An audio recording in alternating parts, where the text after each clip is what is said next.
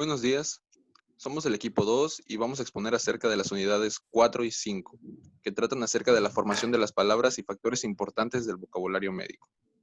Nuestro equipo está conformado por Ciao Portillo Alfa, Chan Canché Jonathan y Puc Guardas Omar Galeir.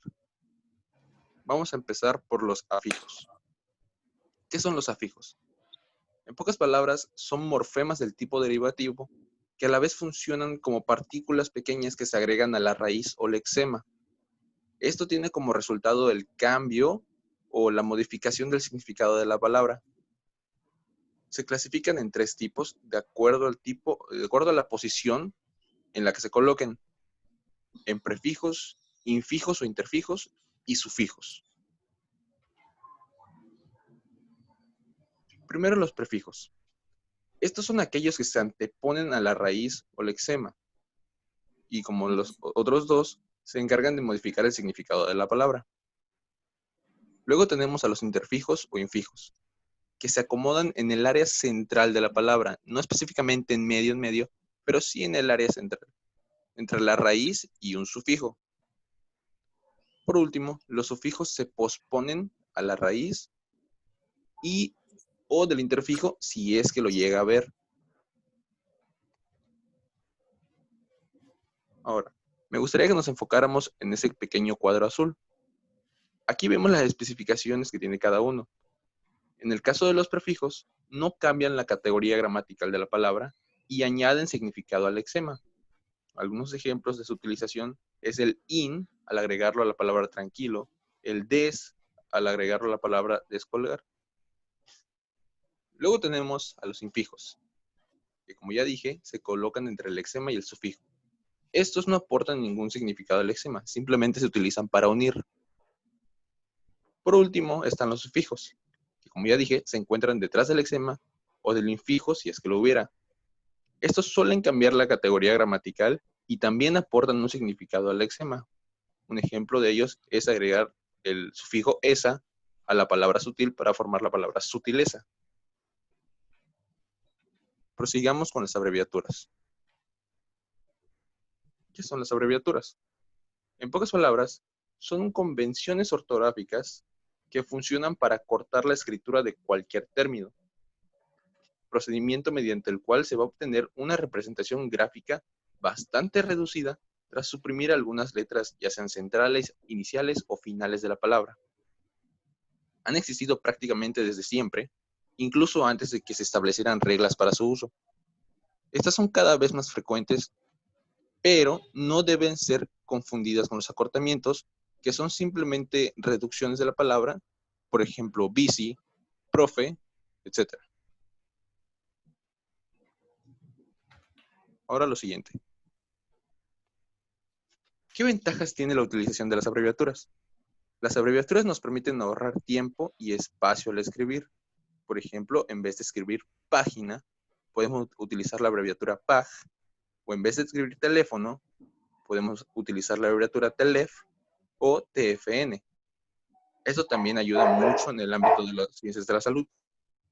Por ejemplo, EGO, que significa Examen General de Orina, UCI, Unidad de Cuidados Intensivos, y EKG, Electrocardiograma. Otras de sus importantes ventajas es que en los hospitales y laboratorios, el uso de las abreviaturas permite una rápida comunicación entre los profesionales de la salud. Ahora lo siguiente. Las abreviaturas, por simples que parezcan, conllevan una importante cantidad de reglas. Para empezar, su utilización no debe ser indiscriminada y debe ser eficaz. En toda abreviatura se debe suprimir al menos 2 letras. No es correcto utilizarlas con cantidades cuando éstas se expresan en letra. Es decir, si el número 60 está escrito con letras, no se pueden utilizar las abreviaturas. Si se llegan a utilizar abreviaturas para palabras como señor o doctor, como lo vemos en esta diapositiva, no podemos hacerlo a menos que después de esa abreviatura se encuentre el nombre propio del mismo. Su uso no es completamente libre, ya que está limitado a ciertos contextos y sometido a varias reglas como las que ya mencioné, por lo tanto no pueden utilizarse a lo loco en medio de un escrito.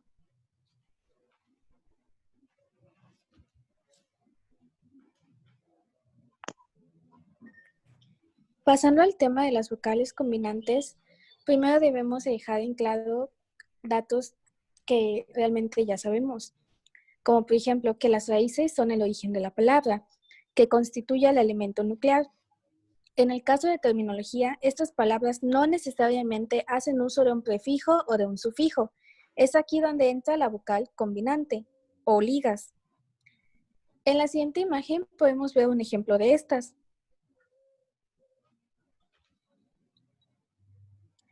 Tenemos, por ejemplo, uno muy conocido que es esternocleidomastoideo.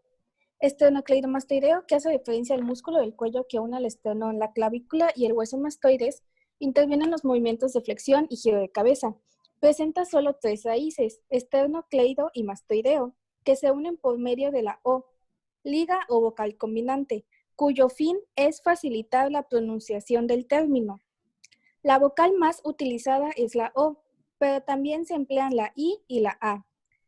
Estas vocales enlazan raíces y sufijos, pero no prefijos y raíces. Y en otro ejemplo tenemos osteopatía, que se forma por las palabras osteo y patía. Y como podemos observar en ese ejemplo, también la O es la vocal combinante. ¿Podemos pasar al siguiente tema, por favor?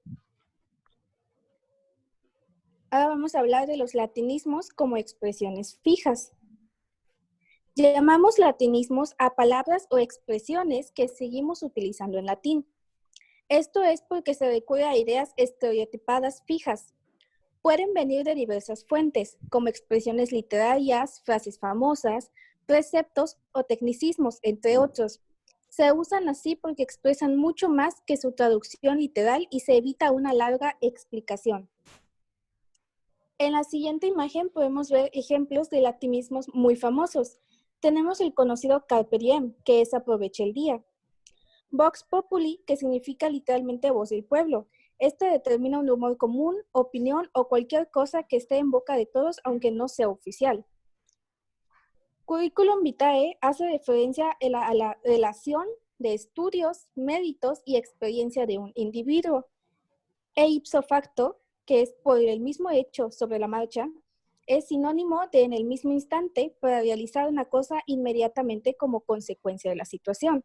Como podemos ver, todas estas expresiones, estos latinismos, tienen toda una connotación, ya tienen una historia y es muchísimo más fácil simplemente dejarlo en el latino original y así nos ahorramos toda una larga explicación de algo que ya está previamente fijado como fact.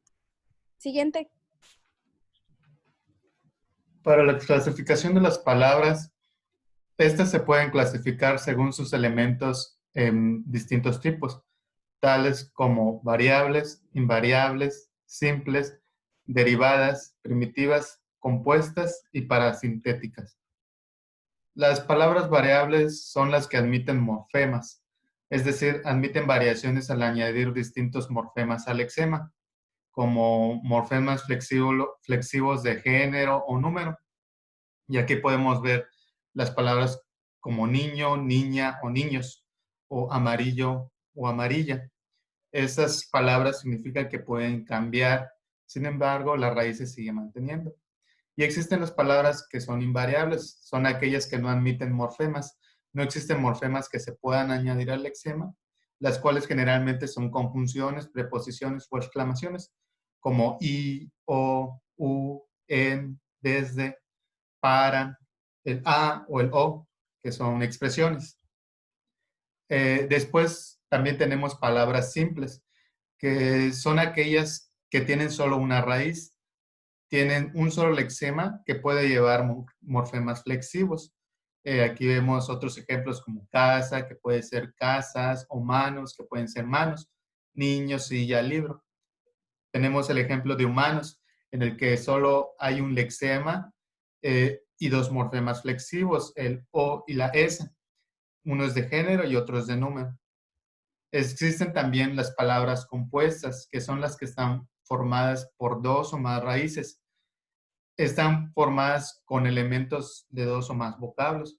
En este caso, los ejemplos son matasuegras, que son 2 vocablos como mata y suegra, telaraña como tela, araña, rojiblanco, primogénito, sacapuntas y pasatiempo, entre muchas otras. Y tenemos también las palabras primitivas, que son las primeras palabras que nacen a partir de una raíz extranjera. Se forman con una sola raíz o con una raíz y un gramena nominal, que son estos de género o número, o verbal, que son de tiempo. Son palabras que no se derivan a partir de otra de la misma lengua, como agua, oro, helio, hombre, árbol y virtud. Y existen las palabras derivadas, que estas, al contrario de las primitivas, son las primeras palabras que nacen a partir de la misma lengua y se forman añadiendo sufijos a la raíz. Por ejemplo, aquí tenemos los ejemplos de arte. Se puede formar una palabra derivada en artista. Historia se puede convertir en historiador. Helio en helioterapia. Árbol, arboleda. Hermoso en hermosura. Y amarillo en amarillento. Y por último tenemos las palabras parasintéticas, que se forman por una composición y una derivación a la vez, sin que exista en la lengua ni el compuesto solo ni el derivado solo. Y aquí tenemos 2 ejemplos también. Uno que es ilegalizar, que contiene un prefijo y un sufijo, pero no ha sido formada por parasíntesis, ya que es el resultado de añadir el sufijo izar al adjetivo ilegal. Y tenemos otro ejemplo, que es el de envejecer, que se ha formado mediante la parasíntesis y no se ha construido por una fijación, por ejemplo, en viejo, no existe en el idioma, y vejecer tampoco. Entonces, esta es una forma de generar nuevas palabras a partir de la composición y la derivación. Y eso ha sido todo por estas unidades. Muchas gracias.